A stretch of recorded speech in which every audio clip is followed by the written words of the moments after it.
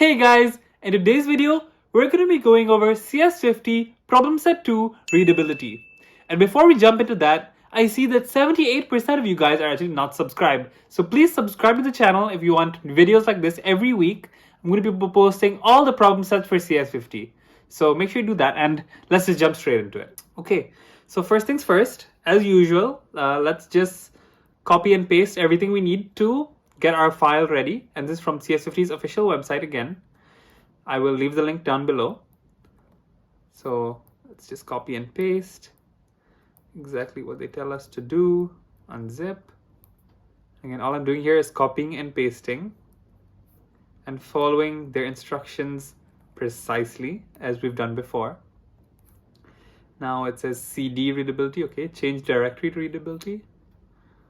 Okay, now execute ls. Okay, and finally code readability. Okay, so it gives us a blank file. There's no distribution code this time. That's fine.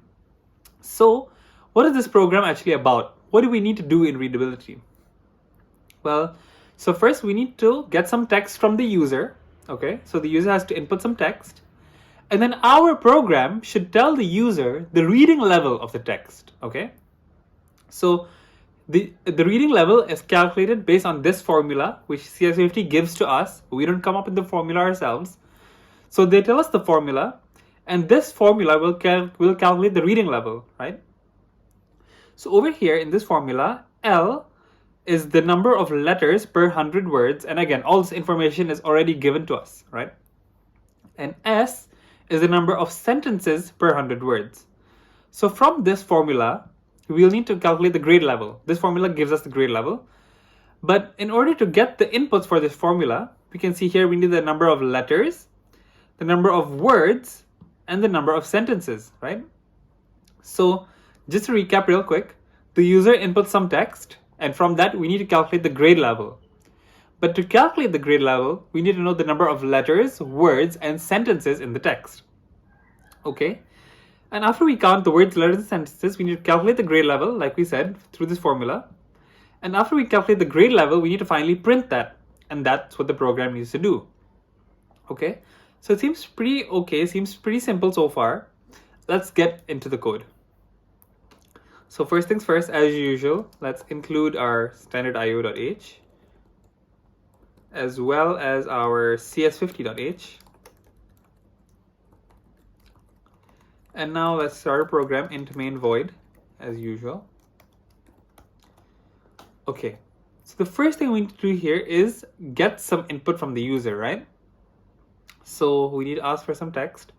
So let's just say string text equals to, remember how we get some input from the user using CS50's function called getString. So get string, and we need to prompt them for some text. Okay. And once we get the text, we need to calculate the number of letters, words, and sentences in that text. So how do we go about doing that? Let's take it one by one. How do we calculate the number of letters in the whole text? Well, if you remember, we're getting a string from them. And recall that a string is just an array of characters, right? So a string is just an array of characters. So to find out how many letters are in the text, we simply need to loop through each character and check whether or not it's a letter. And if it's a letter, we need to add one to our counter, right? So loop through the entire text, one by one index at a time in the array, and check, is it a letter? Yes, add one. Is it a letter? Yes, add one. Okay, and that goes on and on and on. So first things first, we need to make a for loop. Right, because we need a loop through every character in the text. And if you've done Scrabble, this is very simple. So I highly recommend you go to the Scrabble first, the Lab 2 Scrabble. And I already have the solution for that, so you can check out that video. But that makes this problem set a whole lot easier. Okay, so we need to make a for loop here. And let's set an index, let's call it I. Initialize it to 0. And again, here we need to make the for loop keep going on and on and on according to the length of the string, right? So as long as I is less than the string length, and we use a function there called strlen text I++. Okay, so what this for loop here is saying that set an index, initialize it to 0, keep on going as long as it's less than the length of the string called text I++, which means go one by one.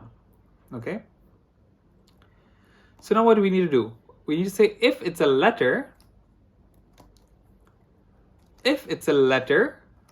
then add a letter. But how do we calculate whether it's a letter or not? Well, if you recall from Scrabble, right, again, it's all going back to Scrabble, so make sure you do that first.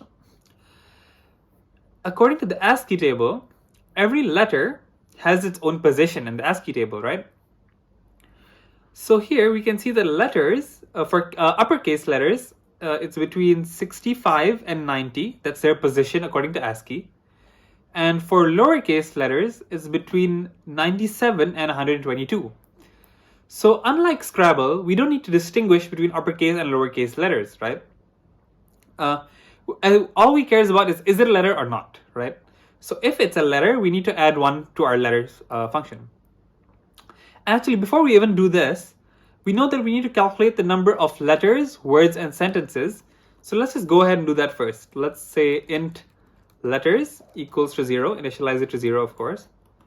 And let's do the same for words, int words equal to 0. And int sentences equal to 0. Because we know we need to calculate the number of letters, words, and sentences, right? So we call them ints, and we initialize them all to 0. And now back to our for loop. If it's a letter, right? So we need to check the ASCII value of whatever the user puts in. Is it between the numbers, is it between the ASCII position between 65 and 90, or 97 or 122? So if it comes in between any of those, that means it's a letter, and we need to add 1 to our letter count, right? And if you remember how to do that, again, if you've done Scrabble, this will be on the tip of your fingers here. It's very simple. So if the text index is greater than 65, and remember how we say and in this function, it's with a 2 ampersands, and it's less than 90. So this means if it's an uppercase letter, right? But we also want to count for lowercase letters. So we need to say if it's between 65 and 90, or it's between 97 and 122, then we need to increase the letters, right? So let's do it here. And remember how we say or in this condition, it's with the 2 lines like this. Or the index is greater than, 97, which is the ASCII position of the lowercase a. And the index is less than 122, which is the lowercase z. Then we need to add the letters, okay? Let's add the brackets here, okay. So if this condition is true, then we need to do letters plus plus, right? Which basically means if it's either an uppercase letter or it's a lowercase letter, we want to count it as a letter and do letters plus plus, okay? So that's how we count the number of letters, pretty simple. But again, if you've done Scrabble, you'll notice something here. We don't actually need to do all this. There's actually a very simple function that tells us whether or not something's a letter. And if you check the CS50 manual here, okay, so I didn't open it up, but there's actually a function called isAlpha.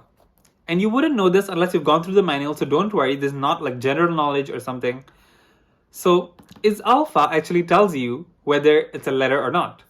So rather than doing this whole expression here, all we can say is if isAlpha text, if the index of text is an alphanumeric character, then add letters plus plus, okay?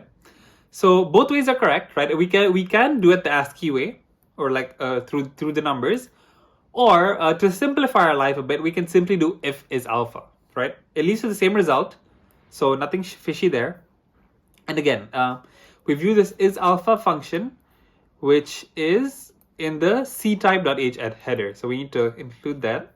Just going to copy and paste it here. Okay. And also, if you recall, the strlen function that goes through the length of the string is actually under a different header, and that's string.h. So we need to include that as well, right? I forgot to do it in the beginning, but again, you have to go through it. If you're using a function, you need to make sure that you have the header file for that function, right? Where that function is stored. Okay, so strlen is under string.h, and the is alpha is under ctype.h. And again, we don't have to use this. We can do it the ASCII way if we want to. It's just simpler. So I'm going to do it this way. And next, we need to see if it's a word, right? We've calculated the number of letters now. If it's a word, well, is there any programmatic way we can use to check whether or not something is a word? I don't know of any way. Maybe you do. Maybe there is a way, but personally, I don't know any way. So I'm just going to resort to logic here, okay? Is there any way to count the number of words in C? We don't know. So let's just use logic instead.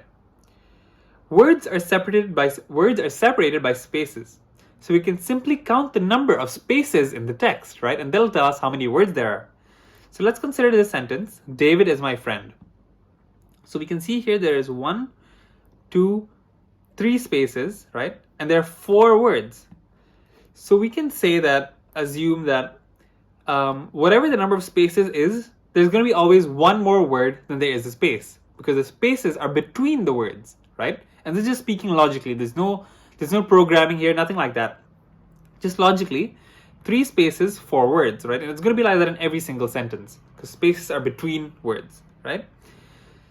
So here we know that the number of words is just the number of spaces plus 1, right?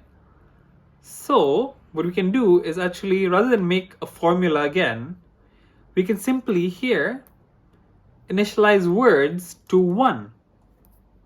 Why are we doing that? Because let's count the number of spaces in the text instead. That's why we're doing that. So else if the text is a space, and all I'm doing here is putting the space bar, words plus plus. So here, this is why we need to initialize it to 1, because we're counting the number of spaces in the text and then adding a word every time there is a space. So we initialize it to 1 because there's always one more word than there is a space, right? So again, we've just used logic here, not much of programming, and it makes sense, right? It works, so it makes sense. So we've calculated the number of letters using this function, and we've calculated the number of words by counting the number of spaces and then adding 1 to it. So we initialize words to 1. So now what we need to do is count the number of sentences. And again, with sentences, is there a way to do it programmatically? I don't think so. So let's instead resort to logic, right? A sentence ends when there's a full stop, right? A period. So we can count the number of full stops, and that'll tell us how many sentences there are. But it doesn't only end in full stops. There are also question marks and exclamation marks that define the end of a sentence, right? So what we can say is, if there's either a full stop or a question mark or an exclamation mark, we can count that as a sentence, right? And again, this is full using logic here. So all we need to do is write it, else if text contains, right? If the array called text has a full stop, right? Or if the text contains a question mark, right? This denotes the end of a sentence. Or the third thing is if the text contains an exclamation mark, what do we need to do? We need to say sentences plus plus, which basically means if the text contains a full stop or a question mark or exclamation mark, add the number of sentences, right? Because it's equal. If there's one full stop, it means there's one sentence, right? And so on and so forth with these other characters as well. Okay, so it all makes sense here. We've calculated the number of letters, the number of words, and the number of sentences. But we don't actually want to print out the number of letters, words, and sentences. We need to use this to instead calculate the grade level, right? And the grade level, we were given this formula here by CS50. So let's just copy and paste that into our program, okay? And index here obviously will be an int, because we can't have a grade 5.4 or 4.8. No, it's going to be an int. So int index equals to this formula, whatever it is. And L here, L is, this is what they told us. They told us that L is the number of letters per 100 words. Okay, so what we can do simply, and here we can see that it's definitely going to be a decimal, right? Because here it's full of decimals, and the number of letters per 100 words is definitely going to be a decimal. So we have to call it a float, right? Not an int. So float L equals number of letters per 100 words, right? So letters divided by words times 100. Okay, float L equals letters divided by words times 100. And S, remember here, this S is the number of sentences per 100 words. So again, that's going to be a decimal. We call it float. So sentences divided by words times 100, okay? Because it's per 100 words. Okay, so we've calculated everything here.